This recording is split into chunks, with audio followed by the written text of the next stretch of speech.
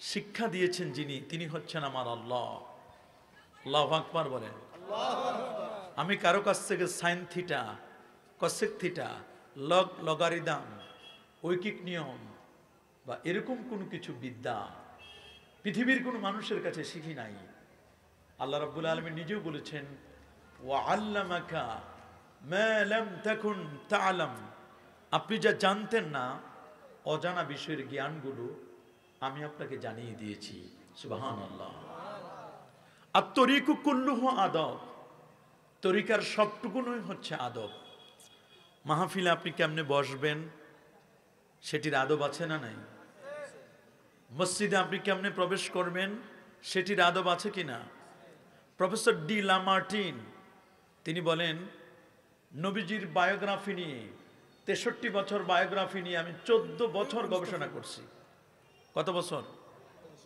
14 বছর গবেষণা করেছি নবীর 63 বছরের জীবনীটা। 14 বছর গবেষণা করার পরেই তিনি বলেন, আমি অবাক হয়েছি, পৃথিবীর মধ্যে সবচেয়ে গভীরতম যে মহাসাগরটি তার নাম প্রশান্ত মহাসাগর। সেই মহাসাগরের তলায়, মহাসাগরের মধ্যেই প্রশান্ত মহাসাগরের সবচেয়ে গভীরতম যেই জায়গাটি, সেই জায়গাটির নাম হলো মারিয়ানা ট্রান্স, যেটাকে চ্যালেঞ্জার দ্বীপ বলা হয়। এটার গভীরতা হচ্ছে 11 কিলোমিটার গভীর পানির নিচে। তিনি বলেন 14 বছর গবেষণা করার পরে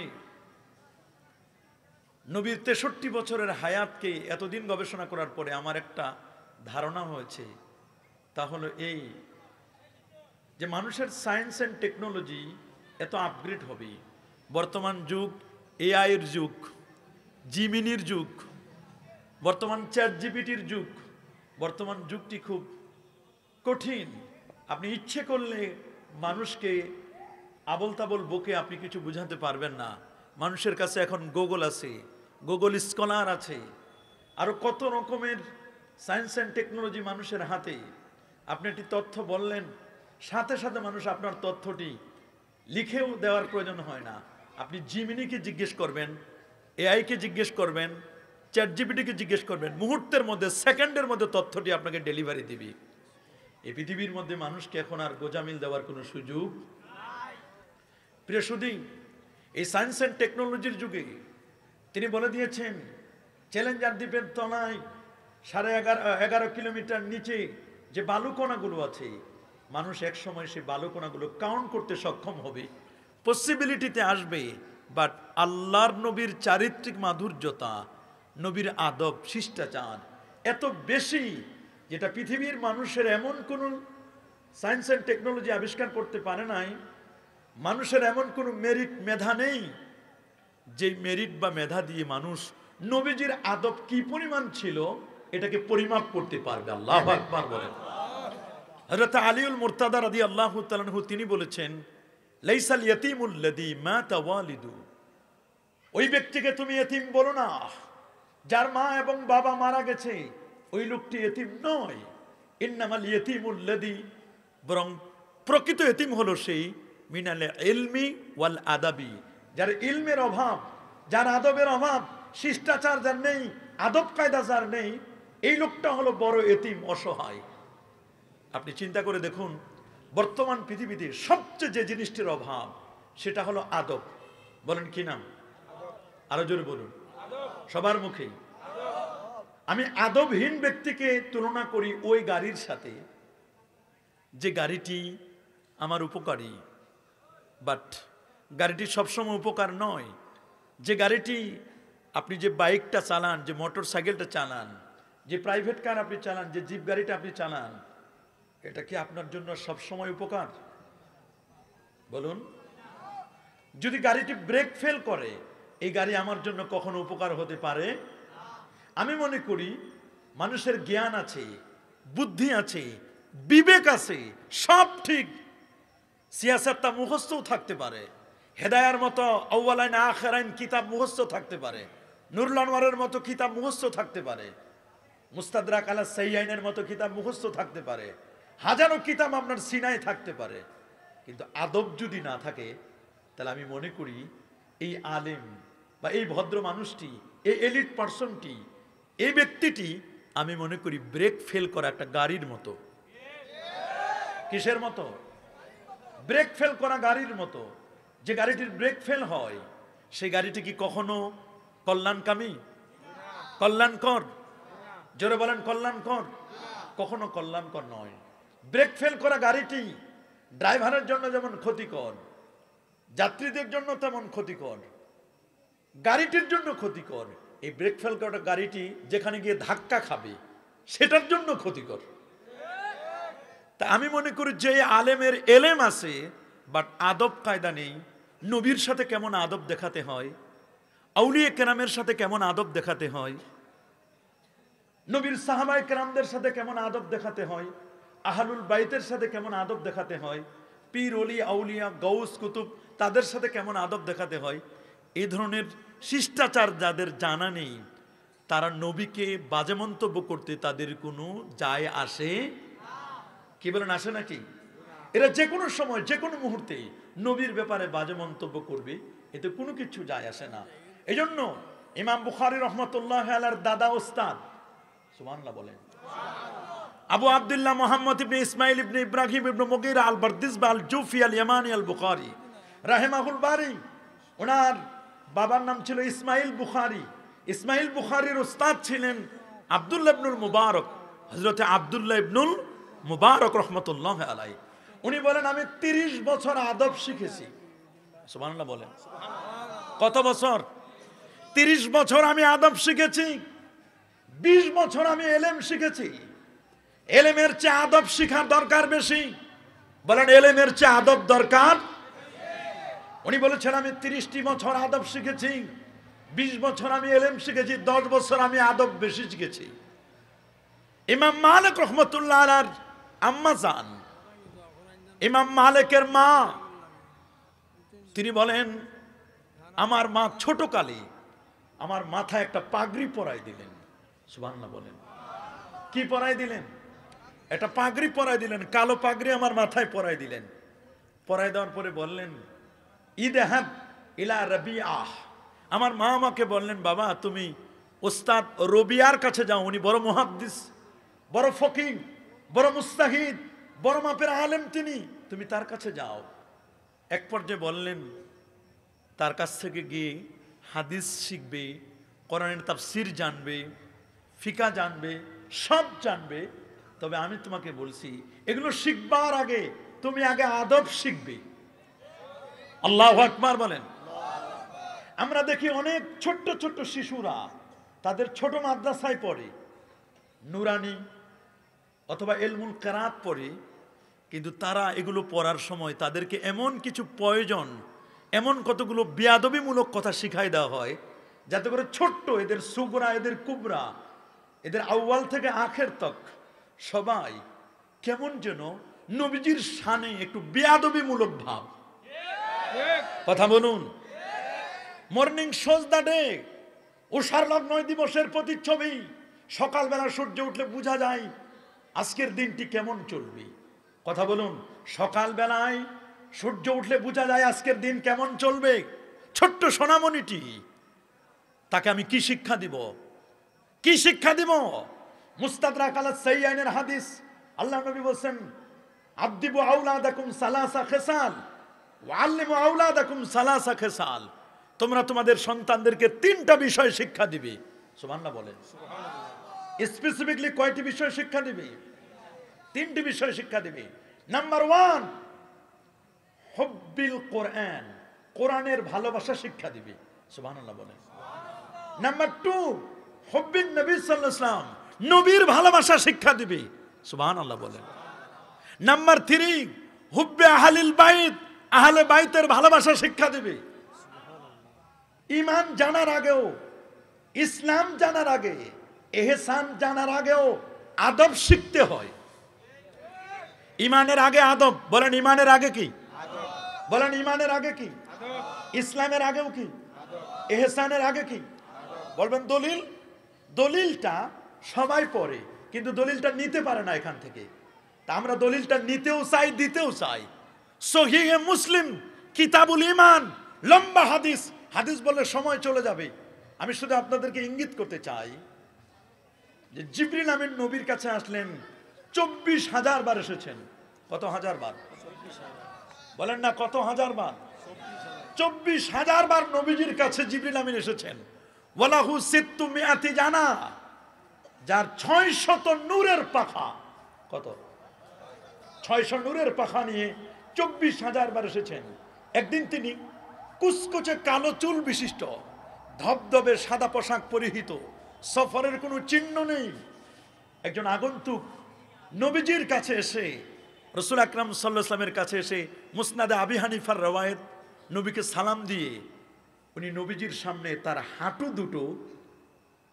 দুটো গেড়ে বসলেন। আমরা যেমন নামাজে বসি ওই রকম হাঁটু দুটো, ফাসনাদা রুকবাতাইহি ইলা রুকবাতাইহি ওয়া ওয়াদা কাফাইহি আলা ফাখিজাই, তার হাঁটু দুটো গেড়ে বসলেন। সুবহানাল্লাহ বলেন। আচ্ছা আমরা বলেন তো পীর সাহেবের সামনে হাঁটু গেড়ে বসি কিনা? কি বলেন, বসি না? ওস্তাদের সামনে কেমনে বসতে হয়, পীরের সামনে ও শাইখের সামনে কেমনে বসতে হয়, এগুলো শিক্ষা দিলেন। এবং তিনি অত্যন্ত আদবের সাথে শিক্ষা দিয়ে 3টি কোশ্চেন করলেন। ঈমান কি, ইসলাম কি, ইহসান কি? সুবহানাল্লাহ বলেন। ঈমান কি জিনিস, ইসলাম কি জিনিস, ইহসান কি জিনিস? 3টা প্রশ্ন করলেন। কয়টা? এবং প্রতিটি প্রশ্নের উত্তরও জানলেন। নবীজি উত্তর দিলেন এবং জিবরিল আমিন সেটাকে সত্যায়ন করলেন, তাসদিক করলেন। আল্লাহু আকবার বলেন। খুব ভালো করে শুনবেন। আমার দেশে যে সমস্ত দোস্ত বুজুর্গরা আছেন, একদল ভাই উঠে পড়ে লেগেছেন, ওনারা বলেন দিন কায়েম করবেন।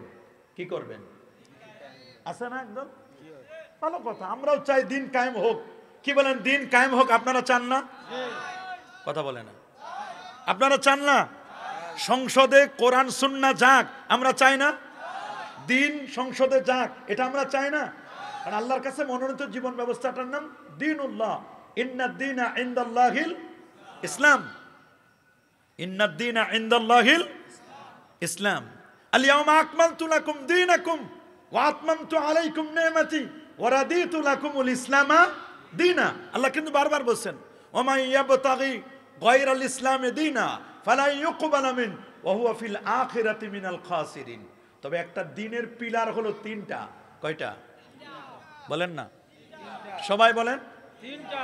দিনের খুঁটি কয়টা? 3টা। একটা খুঁটির নাম ঈমান। ঈমান মানে তো আকীদা। বলেন না, ঈমান মানে কি? আকীদা। আকীদার মধ্যে যত রকম আছে, কত দিন আছে, কত আকীদা আছে। বাতিল আকীদা আছে না? কথা বলে না।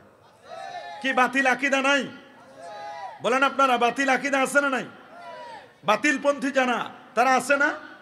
যেমন বুখারীর হাদিসে আল্লাহ নবী বলে দিয়েছেন, হাদিসটি আব্দুল্লাহ ইবনে ওমর রাদিয়াল্লাহু তাআলা হাদিসটি বর্ণনা করেন। উনি ছিলেন সাবিহুর রাসূল সাল্লাল্লাহু আলাইহি ওয়াসাল্লাম। তিনি আল্লাহর রাসূল বলেন, আল্লাহুম্মা বারিক লানা ফি শামিনা ওয়া ফি ইয়ামানিনা।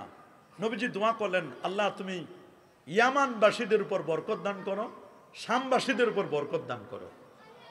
সুবহানাল্লাহ বলেন। ইয়ামান এবং শাম এই 2 দেশের উপর কি দাও? বরকত দাও। কলা রাবি বলেন, কলু ওয়া ফি নাজদিনা। একজন লোক বলল, হুজুর একটু নজদের জন্য দোয়া করেন। নজদ হলো রিয়াদ। কোন অঞ্চল? সৌদি আরবের রাজধানী কি? হুজুর রিয়াদ, নজদ, হিজাজ এই অঞ্চলগুলোর জন্য একটু দোয়া করেন। তা আল্লাহ নবী আবার বলেন, আল্লাহুম্মা বারিক লানা ফি শামিনা ওয়া ফি ইয়ামানিনা। আল্লাহ তুমি শাম দেশের উপর বরকত দান করো, ইয়ামান দেশের উপর বরকত দান করো। কল আর আবি বলেন, কলু ওয়া ফি নাজদিনা। একদল মানুষ বলল, হুজুর একটু নজদের জন্য দোয়া করেন। কার জন্য? নজদ, রিয়াদ। কলা নবীজি বলেন, হুনাকা জালাজিল, ওইখানে জালজালা হবে। ওয়াল ফিতান, ওই জায়গায় ফিতনা বের হবে। রিয়াদ হলো ফিতনার মূল মন্ত্র। ওয়া বিহা ইয়াতলু কারনু শাইতান, ওইখানে শয়তানের শিং গজাবে। কি গজাবে? শয়তানের শিং গজাবে। এখন দেখি শয়তানের শিং শুধু নজদে গজায় না, শিং মৌলভীবাজার পর্যন্ত পৌঁছে গেছে। ফিতনা মৌলভীবাজার পর্যন্ত পৌঁছে গেছে। মৌলভীবাজারে বাতিলদের আখড়া দিন দিন বেড়ে যাচ্ছে কিনা? যারা তাওহীদের নাম দিয়ে তাওহীদের বিষ বাষ্প ছড়াই দিচ্ছে। বলেন, খাওয়াইতে চাইছিল মধু, মধু হই হই মধু বলে বলে বিষ খাওয়াই দিছে আমাদের। যারা বলেন খাওয়াইতে চাইছে কি? খাওয়াইলো কি? নিয়ম হলো খাওয়াবে তাওহীদ, খালেস তাওহীদ। তাওহীদ কি? তাওহীদ হলো আল্লাহ তাআলা সত্তাগতভাবে এক। আন্নাহু ওয়াহিদুন ফিজ জাত, আমার আল্লাহ সত্তাগতভাবে এক। আন্নাহু ওয়াহিদুন ফিস সিফাত, আমার আল্লাহ সিফাতগতভাবে গুণগতভাবেও এক।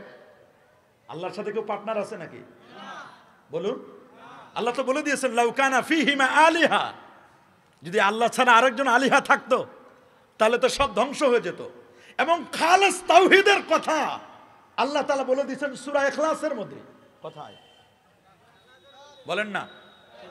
কোথায়? সূরা ইখলাসের মধ্যে আল্লাহ তাআলা খালেস তাওহীদের কথা বলছেন।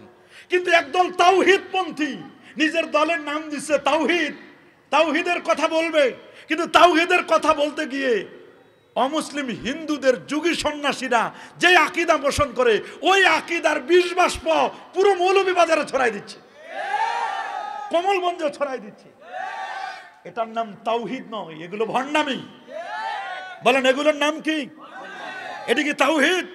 তাওহীদের নামে ভণ্ডামি। বলেন তাওহীদের নামে কি? তারা বলেন যে মানুষের কলবে আল্লাহ বসা আছেন। কোন মাখলুকের ভিতরে যদি খালেক ঢুকে এটা হুলুলি আকীদা। কি আকীদা? এটা কেমন? হিন্দুরা বলে বট গাছের ভিতরে ভগবান ঢুকছে। হিন্দুরা কি বলে? কথা বলে না। হিন্দুরা কি বলে? বট গাছের ভিতরে কে ঢুকছে? ভগবান ঢুকছে।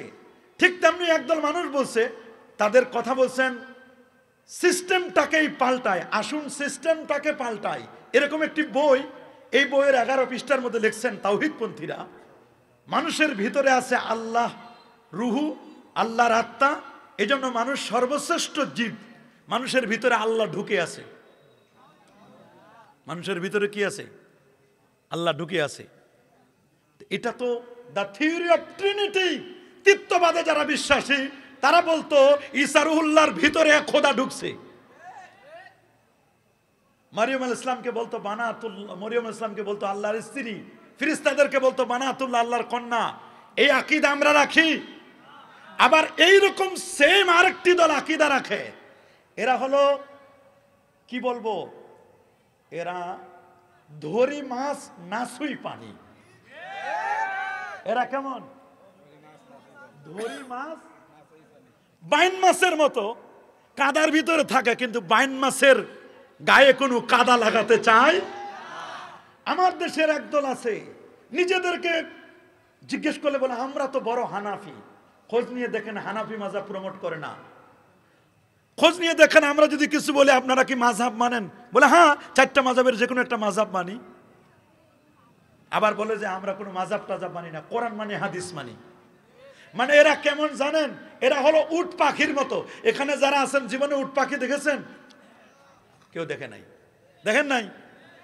কি উট পাখি দেখেন নাই? হাই হাই, আপনারা চিড়িয়াখানা গিয়ে উট পাখি দেখবেন। উট পাখি একটা হলো উট, প্রথম অংশ উট, দ্বিতীয় অংশ কি? পাখি। তো দাবি করে আমি উট পাখি। তো বলছে যে উট পাখি তুমি, তা তুমি যদি উট হও তাহলে তোমার পিঠে আমরা কিছু বোঝা দেই, বহন করো। বলে ভাই না না আমি উট না, আমি পাখি। বলেন আমি কি? তো তুমি যদি পাখি হও তাহলে তুমি উড়াল দাও। বলে ভাই আমি পাখি না, আমি উট। কথাটা বুঝছেন? অথচ দুটো মিলে নাম কি? উট পাখি। তা তুমি যদি উট হও তো উট তো মরুভূমির জাহাজ, কত কিছু বহন করে নিয়ে যায়। তা তুমি কিছু বোঝা বহন করো দেখি, তোমার পিঠের উপরে আমরা 2-4 মণ বোঝা দিয়ে দিই। তখন বলে ভাই আমি উট না, আমি কি? তা তুমি যেহেতু পাখি তাহলে তুমি এবার উড়াল দাও। বলে ভাই আমি পাখি না, আমি উট। এদেরকে যখন আমরা বলি যে সবাই মাযহাব মানছে, তুমি কেন মাযহাব মানো না? তখন বলে আমি মাযহাবী। যখন জিজ্ঞেস করে মাযহাবী, তাহলে তো ইমাম আহমদ বিন হাম্বল তাবিজকে জায়েজ বলেছেন, উনি তো এই করেছেন, 20 টাকা তারাবির কথা বলেছেন। ইমাম আহমদ বিন হাম্বল এই বলছেন, এই বলছেন। বলে ভাই আমি ইমাম আহমদ বিন হাম্বলকে মানি না। তুমি না একটু আগে বললা যে আমি মাযহাব মানি, তো ইমাম আহমদ বিন হাম্বলের তো হাম্বলি মাযহাব, তো এটা কেন মানে না? বলে না আমি কোরআন মানি, হাদিস মানি। যখন যেটা দিকে দেবেন, যদি বলেন বোঝা বহন করো, তখন বলে আমি হলাম পাখি, যদি বলে তো উড়াল দাও, তখন বলে আমি উঠ। কি চমৎকার বিশ্লেষণ! ওদেরকে চেনা যায় না, ওরা খালি আইলে আইলে হাঁটে, নিচে নামতে চায় না।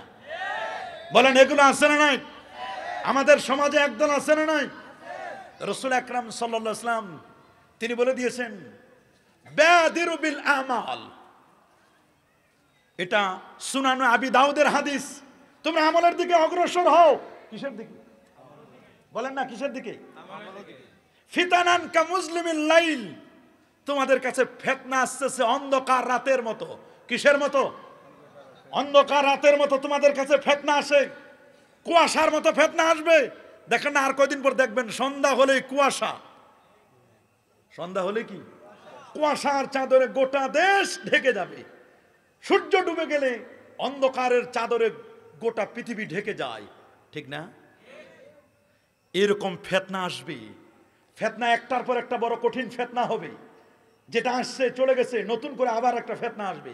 রাসূল বলেন ইউসবিহু মুসলিমান ওয়া ইউমসি কাফেরা, সকালে যেই লোকটা মুসলমান, বিকেল বেলা এই লোকটা কাফের।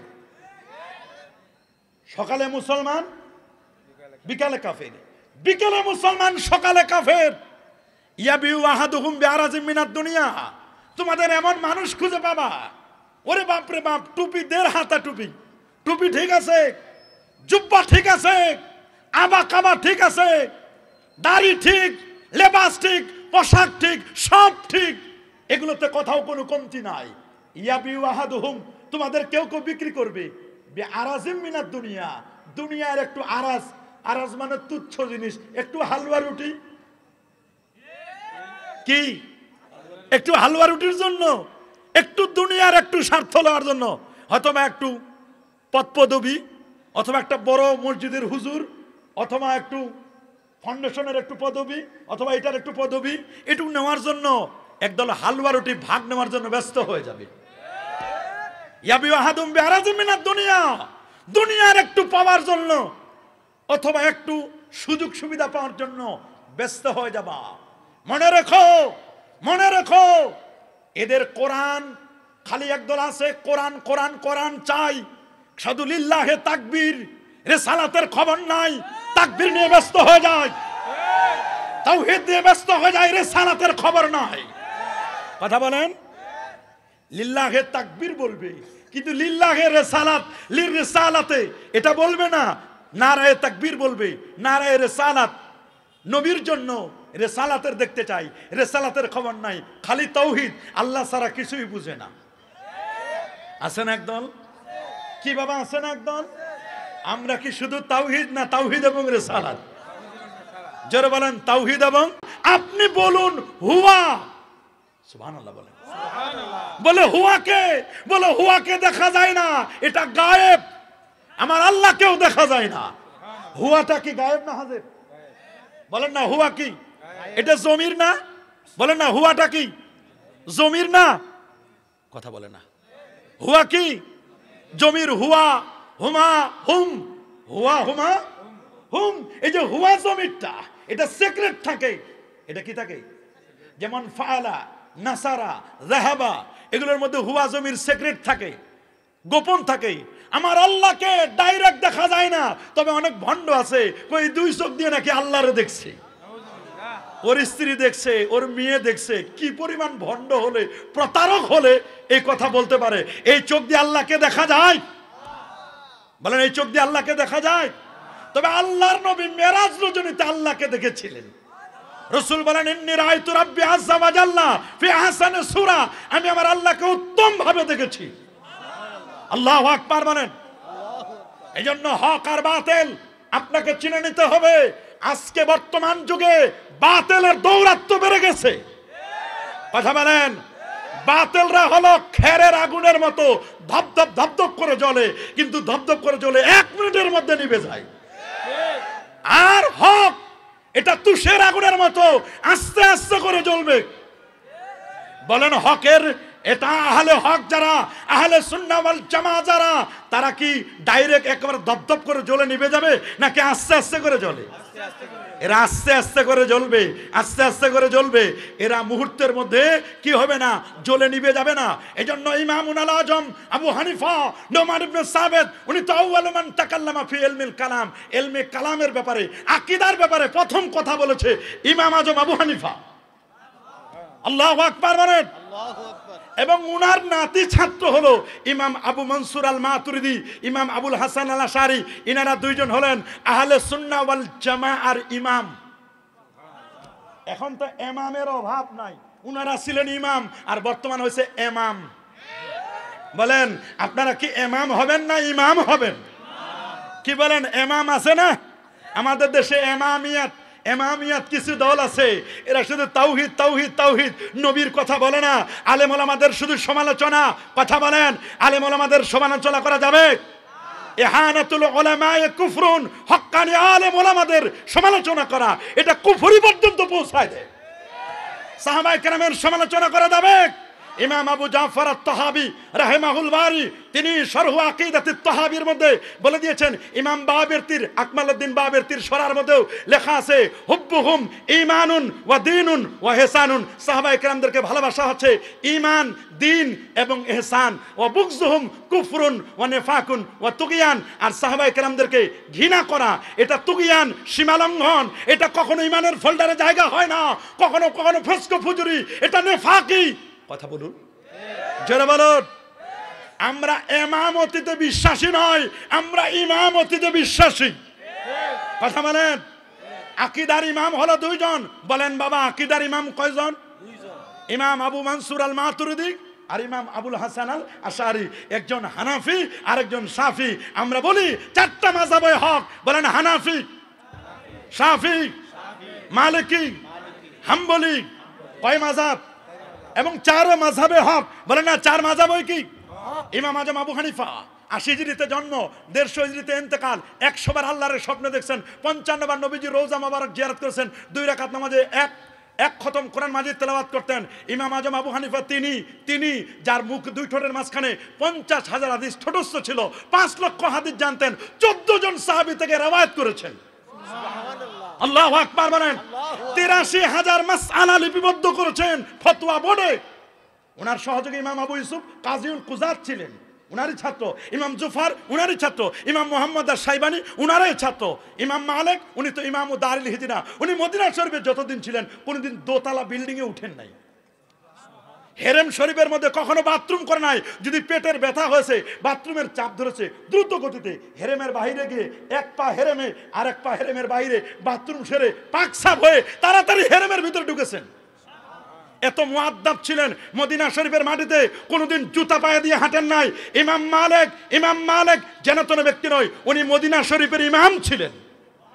মদিনা শরীফের মানুষগুলো উনার কথা মতো চলতো। উনি যে ফতোয়া দিতেন ওই ফতোয়ায় চলতো। যারা বলো তাকলিদে সেক্সি জায়েজ নাই, মদিনা শরীফ এক সময় ইমাম মালিকের ফতোয়ায় চলতো। বলেন না কার ফতোয়ায়? আরো যারা বলেন কার ফতোয়ায়? ইমাম মালিকের ফতোয়ায়। আমি ইমাম মালিকের মুয়াত্তা পড়াই, অনার্সে 4th ইয়ারে মুয়াত্তাটা পড়াই। ইমাম মালিকের মুয়াত্তা পড়লে বোঝা যায় যেটা বুখারীরও আগে। বলেন না যেটা বুখারী শরীফেরও কি? ইমাম মালিক যেন ব্যক্তি নয়। একদিকে যেমন আশিক রাসূল, আরেকদিকে বড় মাপের মুহাদ্দিস ছিলেন ইমাম মালিক রাহমাতুল্লাহ। ইমাম মালিককে বাদ দেওয়ার কোনো সুযোগ। ইমাম শাফি যিনি কিতাবুল লিখেছেন, ইমাম আজম আবু হানিফার যেদিন ইন্তেকাল, ইমাম শাফির সেদিন জন্ম। উনি একটা মাসআলা বের করার জন্য, একটা মাসআলাকে খোঁজার জন্য উনি আল্লাহর কোরআনকে 204 বার খতম করেছিলেন। আল্লাহু আকবার বলেন।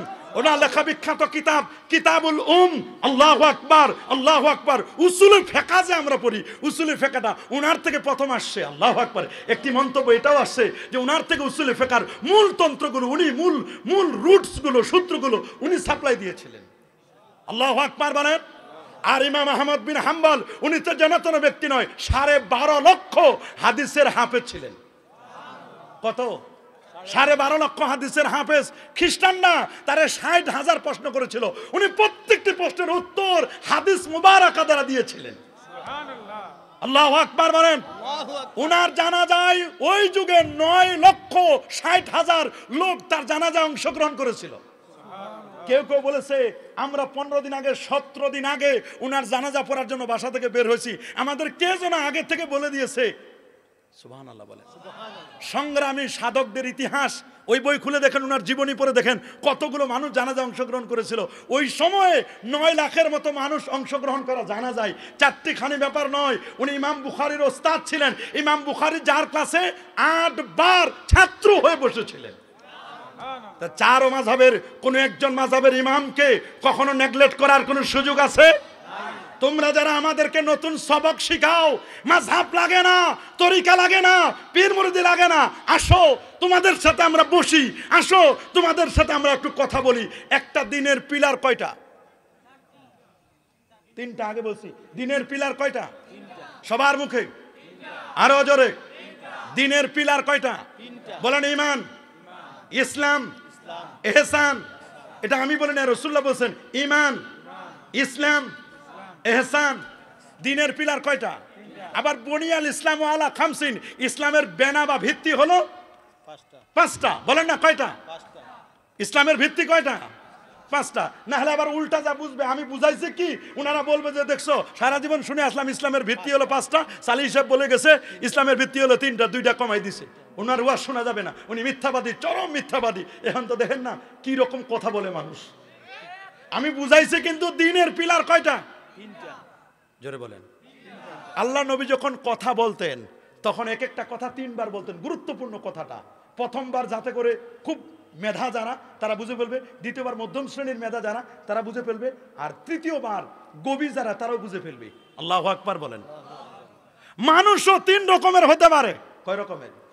মুমিন, মুসলমান, যেটা মুমিন মুসলমান, কাফের, মুনাফিক। কয় রকম? বলেন কয় রকম? স্বর্ণের ক্যারেটও দেখেন 18 ক্যারেট, 21 ক্যারেট, আর কত? 22 ক্যারেট। আরেকটা আছে ওইটা স্বর্ণ ওই বিস্কুটের মতো এরকম 1200 বিক্রি হয়, ওটা আলাদা, ওটা আবার 24 ক্যারেট। কিন্তু এমনি স্বাভাবিকভাবে ব্যবহৃত স্বর্ণ কয় প্রকার?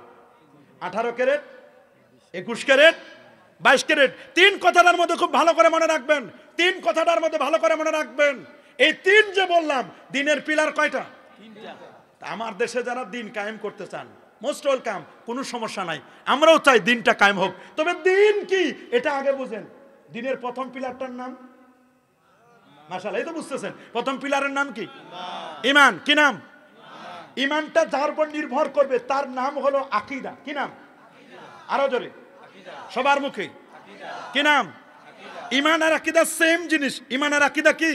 প্রায় সেম, তবে এর মধ্যে সূক্ষ্ম একটা পার্থক্য আছে। যখন ঈমানদার ব্যক্তিরা ঈমানের দৌলতটা লাভ করে, তখন এই দৌলতটা লাভ করার পরে ওইটাকে সংরক্ষণ করার দরকার আছে না নাই? আপনার কাছে যদি একটা ডায়মন্ডের আংটি থাকে, কিসের আংটি? এটা কি রাস্তায় ফেলে রাখবেন? এখানে ফেলে দিবেন? যে কেউ নিয়ে যাবে, কি ফেলে দিবেন? এটাকে সংরক্ষণ করবেন না? আপনার ঈমান নামক দৌলতটাকে সংরক্ষণ করার জন্য একটা লকার লাগে। কি লাগে? লকার। তা আপনি দামি জিনিসটা রাখেন কোথায়? লকারে। কোথায়? লকারে রাখেন না? স্বর্ণটা, ডায়মন্ডটা, মণিমুক্তাটা লকারে রাখেন। লকার রাখার পরে এটা লক করেন না আনলক করেন? লক করে দিই। যদি লক না করি তাহলে যে কোনো সময় চুরি হতে পারে কিনা? আপনার ঈমান নামক সম্পদটা যদি লক না করেন, ঈমান নামক সম্পদটা যদি পাহারা না দেন, যে কোনো সময় ওয়াহাবি সালাফিরা আপনার ঈমান চুরি করে নেবে।